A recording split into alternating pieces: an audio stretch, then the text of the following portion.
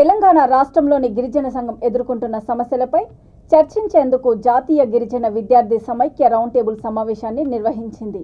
Osmania university ఆవరణంలోని ICSSR హాలులో ఈ సమావేశం జరిగింది. జాతీయ గిరిజన సమైక్య తెలంగాణ రాష్ట్ర అధ్యక్షుడు ఉషా కిరణ్ అధ్యక్షతన జరిగిన ఈ సమావేశానికి జాతీయ గిరిజన విద్యార్థి సమైక్య ఉస్మానియా యూనివర్సిటీ రాష్ట్ర అధ్యక్షుడు మేడా శ్రీను అధ్యక్షత వహించారు. విద్యార్థులు, మేధావులు, తెలంగాణ జనసమితి పార్టీ వ్యవస్థాపకుడు professor Kodandaram, law college dean professor Vinod Kumar, ప్రత్యేక అతిథిగా హాజరైన సామాజిక కార్యకర్తలు, ఇతర విద్యావేత్తలు రాష్ట్రంలోని ఆదివాసీల ప్రస్తుత పరిస్థితులపై తమ అభిప్రాయాలను వ్యక్తం చేశారు. ట్రైబల్ యూనివర్సిటీని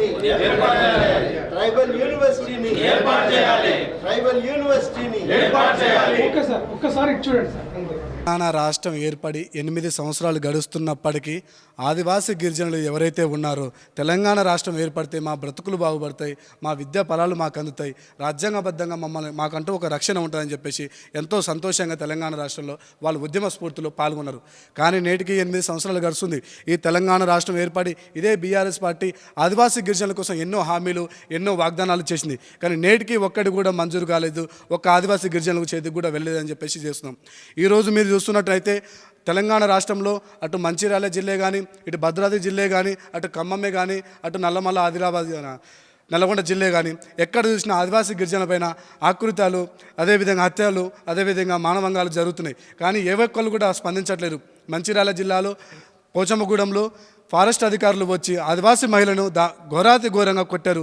కానీ నేటికి కూడా ఏ చట్టాలు కూడా మా మీద ఎలాంటివి కూడా న్యాయబద్ధంగా చర్యలు తీసుకోలేదు. అందుకోసమే తెలంగాణ రాష్ట్రంలో మాకంటూ మా హక్కులను కాపాడడానికి, మాకు రాజ్యాంగబద్ధంగా వచ్చిన రిజర్వేషన్ కాపాడడానికి, మా ఫలాలు మాకు అందడానికి, సక్రమంగా వస్తున్నటువంటి సంక్షేమ పథకాలు ప్రతి ఒక్క ఆదివాసీ బిడ్డకు అందడానికి రాజ్యాంగబద్ధంగా ప్రత్యేక ఎస్టీ కమిషన్ ఏర్పడాలి. ఈ రాజ్యాంగబద్ధంగా ప్రత్యేక ఎస్టీ కమిషన్ ఏర్పడితే మా హక్కులను కాపాడుతుంది, మాకు రావాల్సిన ఫలాలను అందిస్తుంది, మాకంటూ ఏ హక్కులు ఉన్నాయో ప్రభుత్వానికి ఒక సూచన రూపంలో తెలియజేస్తుందని చెప్పేసి మేము ప్రధానంగా ఎస్టీ కమిషన్ ఏర్పాటు చేయాలని చెప్పేసి ప్రధానమైన డిమాండ్ ఎంచుకున్నాం.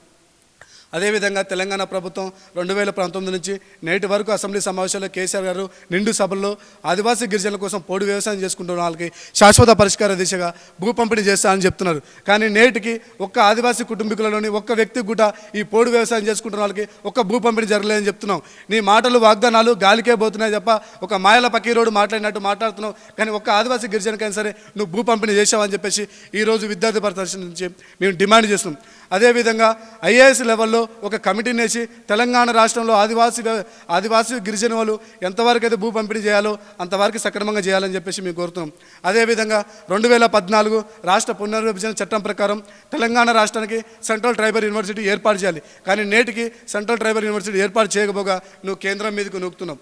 కేంద్రం నుంచి రాని బడ్జెట్ల నుంచి నువ్వు కాళేశ్వరం ప్రాజెక్టు కడుతున్నావు, మెట్రోలు కడుతున్నావు, ప్రైవేట్ యూనివర్సిటీకి బిల్లులు మంజూరు చేస్తున్నావు, ఎక్కడో స్టాచ్యూ ఆఫ్ ఈక్వాలిటీ కట్టుకుంటే బడ్జెట్ కట్టేసినావు. కానీ ఆదివాసీ గిరిజనుల కోసం నీకాడ 10 రూపాయలు ఇవ్వని చెప్పేసి, మా యూనివర్సిటీ కట్టడానికి నీకాడ నిధి లేదని చెప్పేసి మేము ప్రధానంగా డిమాండ్ ఇస్తున్నాం.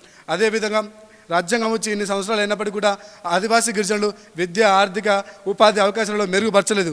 కానీ ఇప్పుడు 11 ఇతర కులాలను తీసుకొచ్చి నువ్వు ఆదివాసీ గిరిజనులు కలుపుతూ అంటున్నావు. దాన్ని తక్షణమే వెనక్కి తీసుకోవాలని చెప్పేసి కూడా ఈ రాష్ట్ర ప్రభుత్వాన్ని హెచ్చరిస్తుంది. ఇందులో భాగంగా తెలంగాణ రాష్ట్రంలో ఉస్మానియా యూనివర్సిటీ ఆర్ట్స్ కాలేజ్ వేదికగా ఈరోజు మేము ఒక్కడే చెప్తున్నాం. ఇక్కడ జరిగినట్టు రౌండ్ టేబుల్ సమావేశంలో ప్రముఖులు, విద్యార్థులు, మేధావులు, ప్రజా సంఘ నాయకులు ప్రతి ఒక్కరు పాల్గొన్నారు. రాబోయే రోజుల్లో తక్షణమే మాకు రాజ్యాంగపరంగా ఎస్టీ కమిషన్ కానీ, ట్రైబల్ యూనివర్సిటీ కానీ, పోడు భూమి వ్యవసాయానికి శాశ్వత పరిష్కారం కానీ చూపించకుంటే మాత్రం రాబోయే రోజుల్లో భవిష్యత్తు కార్యాచరణ, ప్రతిభవన్ ముట్టడి కార్యక్రమం కూడా చేపట్టబోతున్నామని తెలియజేస్తున్నాం. అదేవిధంగా తెలంగాణ రాష్ట్రం మొత్తం ఆదివాసీ యాత్ర కూడా చేయబోతున్నాం అని చెప్పేసి కూడా తెలియజేస్తున్నాం.